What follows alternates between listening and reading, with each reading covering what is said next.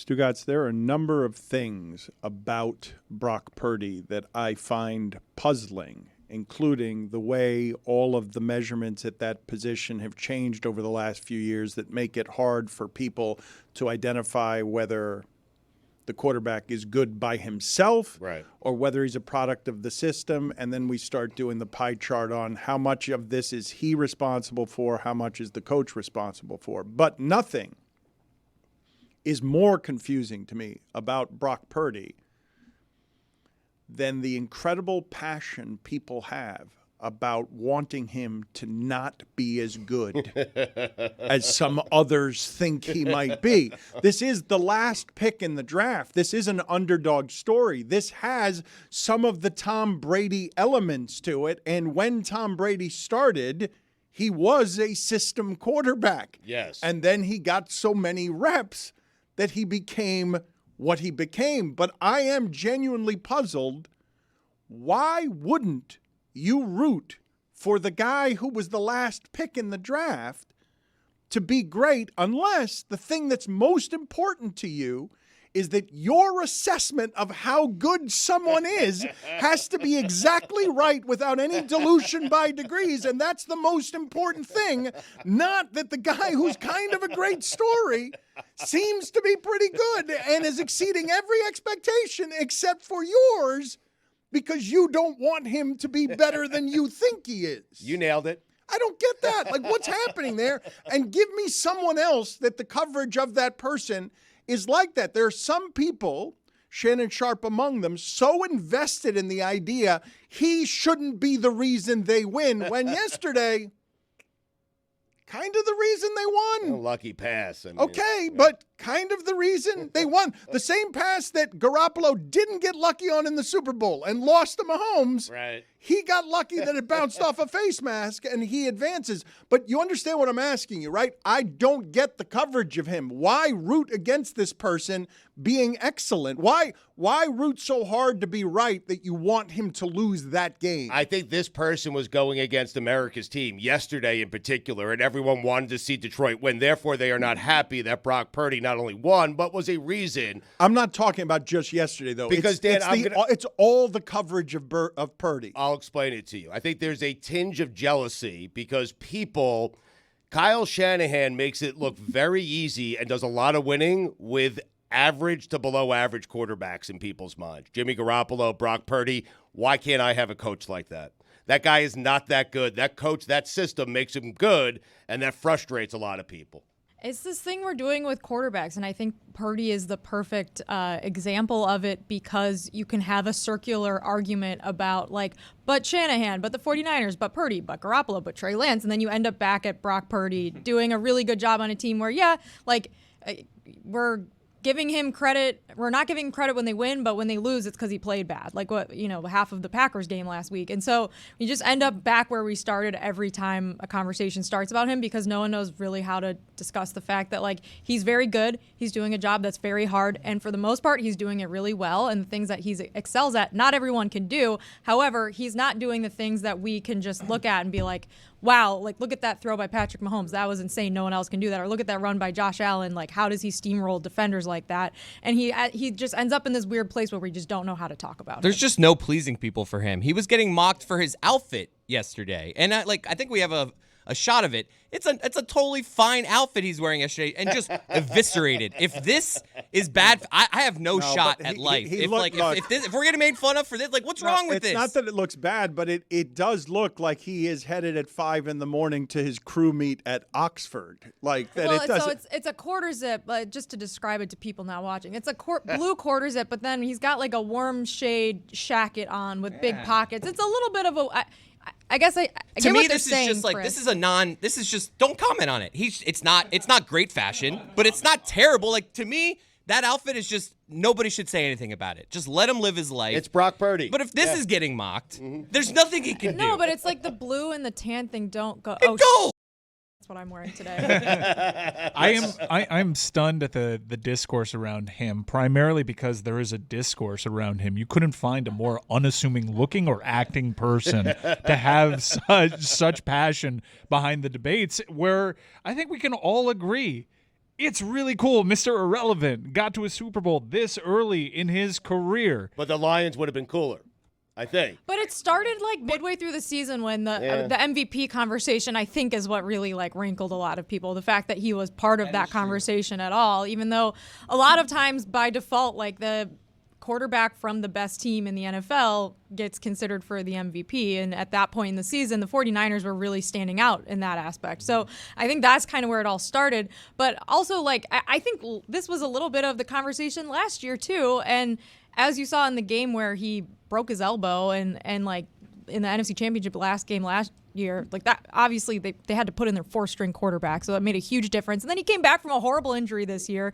and is still leading his team to the Super Bowl. And it's like there's still some weird conversation to be had about it. Even like I'm with Mike. I kind of want to just be like, cool, good for him. That's cool. No, Mike is right. Mike's job. on the right side of this. We should all be celebrating this. The fact that this guy is headed to the Super Bowl. He has 44 touchdowns and 15 interceptions in his first 2 seasons. That's ridiculous. Half of those interceptions happened on one of the most viewed Monday night games ever, which is where there was always a weird discourse around Brock Purdy, and then it just got hyper loud. But I kind of agree with everybody here. Not just scrappy underdog last pick in the NFL draft, also bouncing back from an injury. That is going up against Patrick Mahomes in the Super Bowl. And we're not having this crazy. It's not leading Good Morning America. This is the American dream personified. It should be something that is viewed almost universally as a really cool, positive story. How are the Chiefs underdogs? It's only 2 points. Is Purdy the most is Purdy the most boring Super Bowl playing quarterback ever? Stan Humphries. Chris Chandler. Okay. Got your ass.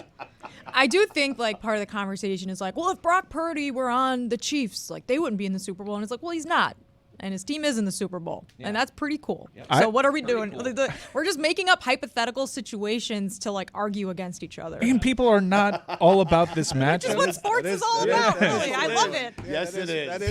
People are not about this matchup, I guess, because they wanted to see Lamar and they wanted to see the Lions. I think because we just had it, too. Like, we just watched a 49ers Chiefs Super Bowl. But it's different now. In terms of roster construction, you're seeing what happens to a roster as you systematically have to strip away key pieces because the quarterback's contract gets bigger and bigger. This is a different Chiefs team. Their offense looks a hell of a lot different now. And you have the other side of the coin, the rookie contract. We can exploit that inefficiency. If we have a guy that wins at this contract that sees him taking home just over $500,000 after taxes, we can build this mega team around him. It's 2 totally different ways to build your team. And when you look at the head coaches, you could not ask for a better matchup. I just love this Super Bowl, and I hate that people are down on it because they wanted the underdog story when Brock Purdy is the underdog story. I feel the way about, if I could make a comparison that maybe some people won't like, I feel the way about Brock Purdy that I feel about Barbie. He's doing a good job. He's done really well. He's good. Barbie, good movie. I liked it. I don't know if I need to say more than that. People are going to get mad at me no matter what, but they're both good. Dan, I'm worried about fashion next week when we started this talking about what Brock Purdy was wearing. That's what I'm saying. And I'm a little bit worried about the circus that is going to be this cruise fashion shows that everyone's going to be putting on for themselves.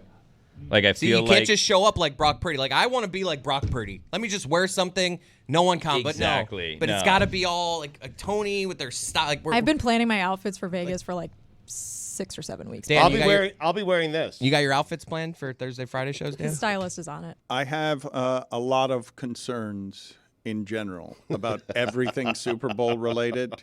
Billy was telling me, and I don't know which one we wanted to root for, that we were very close to having a Detroit Lions hotel because Circa evidently has a lot of Detroit Lion connections, and we were very close to having a huge party atmosphere where it is that we were independent of anything that we were doing. I was told that the owner's from Detroit and is a big Lions fan, also a big fan of the show, I was told. And had the Lions made it to the Super Bowl, I imagine that would have been like Lions Central, and it would have been a home base for the Lions. So early in that game, it looked like, wow, this is going to be a very rowdy atmosphere if we're at like an unofficial team hotel, but then the Lions didn't win. So can we talk about the fact that Mina might have jinxed them? Did you guys see her tweet? I hate Jinx stuff, but please. She tweeted, "I can't believe we might start and finish the season with a Lions-Chiefs game." So might, she limped in with the verb just might. don't say and anything. That might is a You don't jinx. say anything. You don't Dan. say anything? No, nothing. Okay. But everyone's planning. Well, she didn't say might. I didn't read it verbatim. Everyone's planning these fashion shows. Has anyone looked at what the weather might be? Because yesterday I saw videos from Stadium Swim, and it was a beautiful 70-degree day, and it looked amazing out there. But people forget that Las Vegas can get cold. Well, let me ask the question of the group here, because this is chief among my concerns, and I've got many of them. How much, put this on the poll, please, Juju, at Le Batard Show, do you trust the 14-day forecast? Because I haven't checked since, but 14 days ago, this is what I saw, and it mortified me. Everything 12 days out is fine.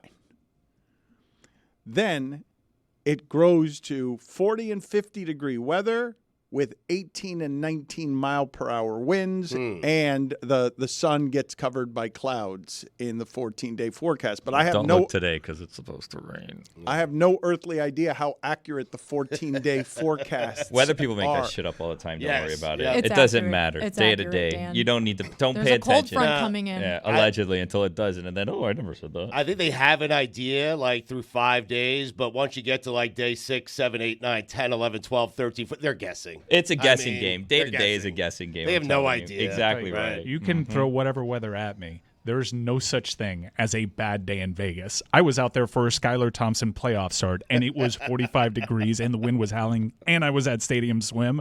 I had an amazing time. The internet says a 7-day forecast has an 80% of the time. 5-day forecast 90%, but anything a 10-day or longer is about half right. Thank you. None of that's true. If you'd like to freeze with us at Stadium Swim at Circa Hotel, February 8th and 9th at 10 a.m. Pacific time.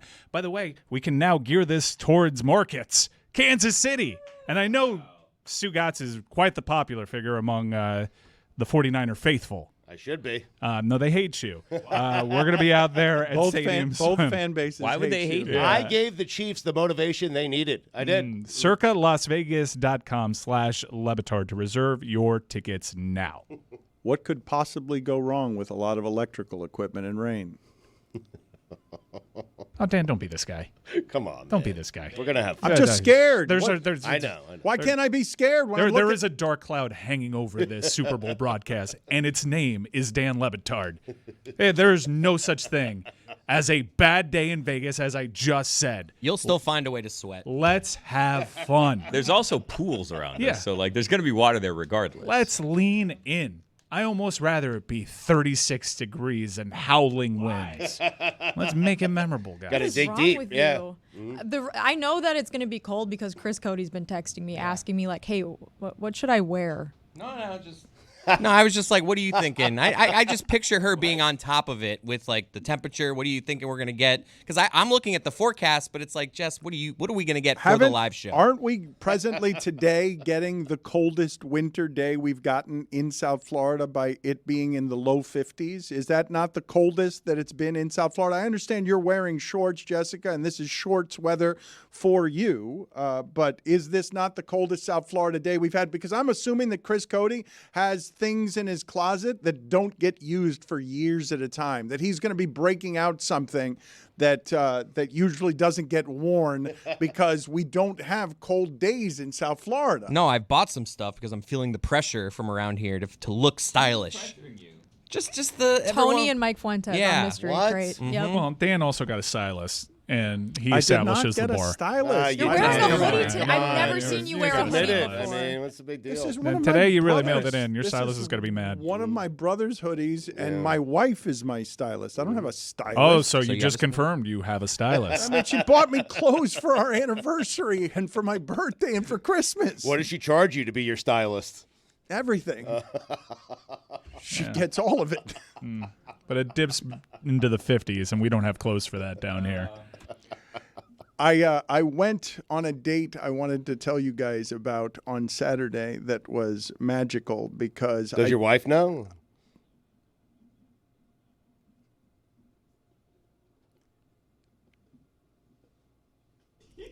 I think at some point when you're married, it becomes a date night. Really? Yeah, it's not Yeah. a date. I'm with Chris. Yeah, then we'll get the link. I up. had a date night with my wife. Let's see where it goes, though. Sorry. Dania is where it went. Huh. That's the look I was expecting Really? from you, Chris Cody. Comedy show? Yes. You guys do the fun thing where you pick stuff out of a hat, like, oh, where are we going tonight? Date night. Oh, Dania. No, we were going to the Dania Improv, and we left a couple of hours early. And when you leave a couple of hours early for Dania, there's not a lot to do in Dania. Just highlight. They still have that? Well, they There's a have Sephora there. they have the Fronton, which has been modernized. You wouldn't recognize it if you went there. It's a legitimate casino now. But we were headed over there, and we saw on a billboard a concert was happening right then, that minute, as we were driving by. And so we're like, all right, this should be funny. And that's how Saturday night I ended up at a concert for Quiet Riot, Nice. celebrating 40 years of mental health. They are old rockers, and it's a little hard to explain. And they brought it, and they had great energy, and they were enthusiastic about being there. But Chris, this was at the former Dania Highlight Fronton. That's where it was, in something that felt like either a banquet hall. I'll call it an auditorium to be kind, but it was more of a banquet hall. And I'm asking you guys, what do you imagine would be? I don't know how old these guys are. They just put a picture up on the screen. That was about 20 years ago, the picture that they just put up on the screen. These guys are old rockers. Again, celebrating 40 years of mental health is what the celebration of the tour was. And Mike, you go to concerts all the time. Metal, I would assume, ages more poorly than other kinds of music with the oldest of rockers, bringing that sort of energy. I'm going to guess those guys are close to 70. Yeah, well, what tends to not age well is a vocalist. Anyone that's seen this incarnation of GNR and seen Axl continue to insist on a 3.5-hour set where his voice is taxed by the end. And because of TikTok, Motley Crue concerts have also gotten pretty popular, trying to understand and decipher what Vince Neil is going to say. But I haven't seen Quiet Riot. I do enjoy the Aging Legacy act. I think it's great nostalgia. They don't need to sing well. We'll do the singing. So when Come Feel the Noise came on, were you just out your chair feeling the noise? Unfortunately, we had to leave before that was Get it. over.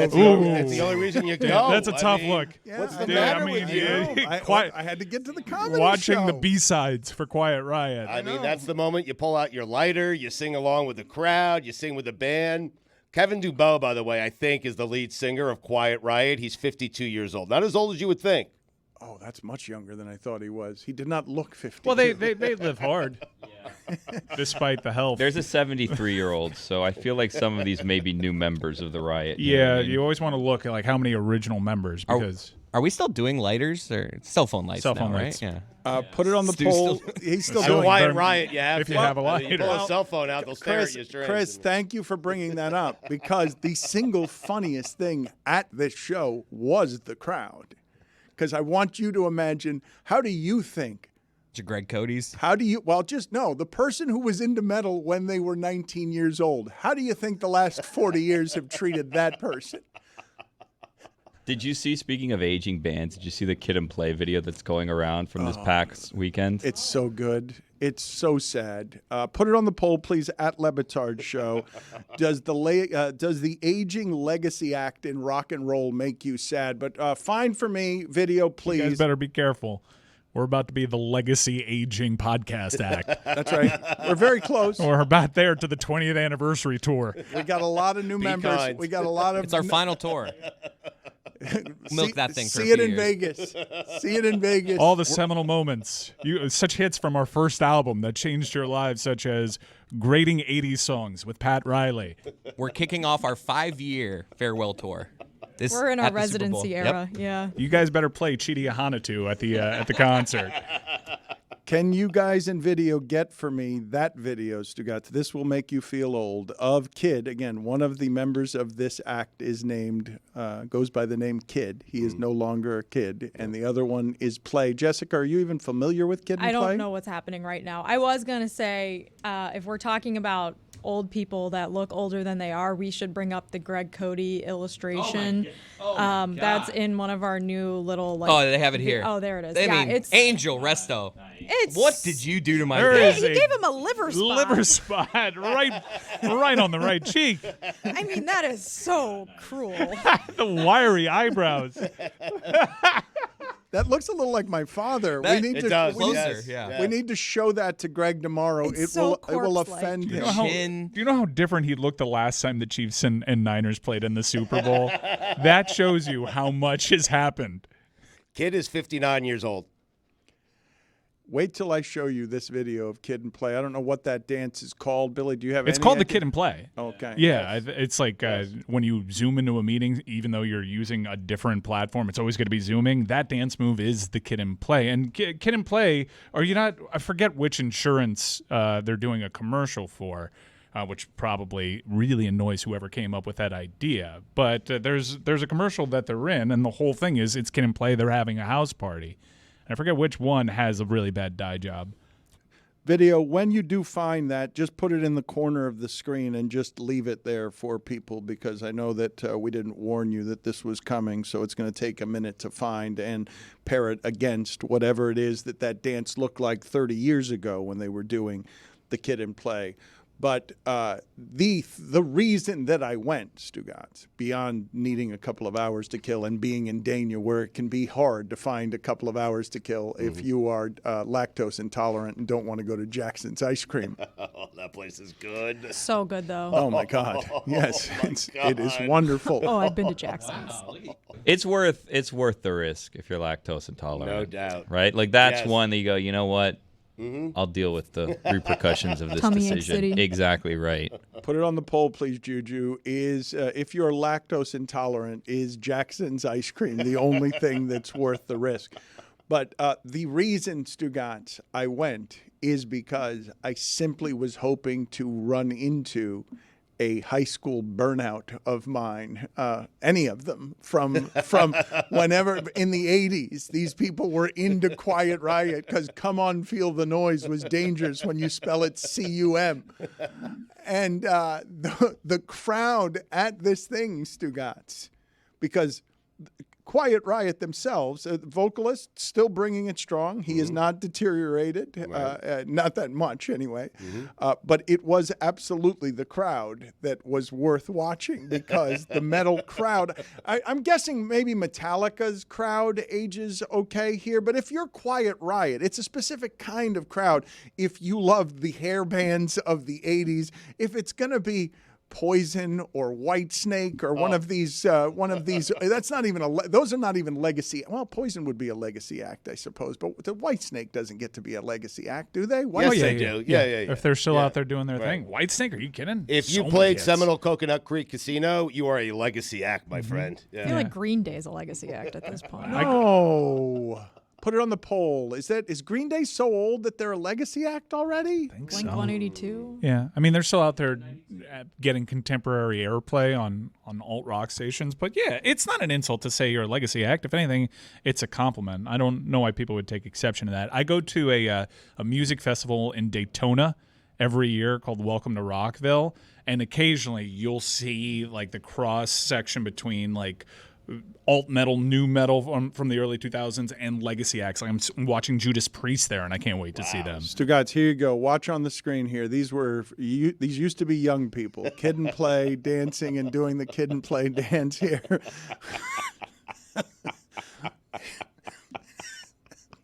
Oh my God. Yeah, they are not moving real fast. Let's see you guys do it. Look for the hamstring grab at the end. Oh, he pulled the hammy. He did.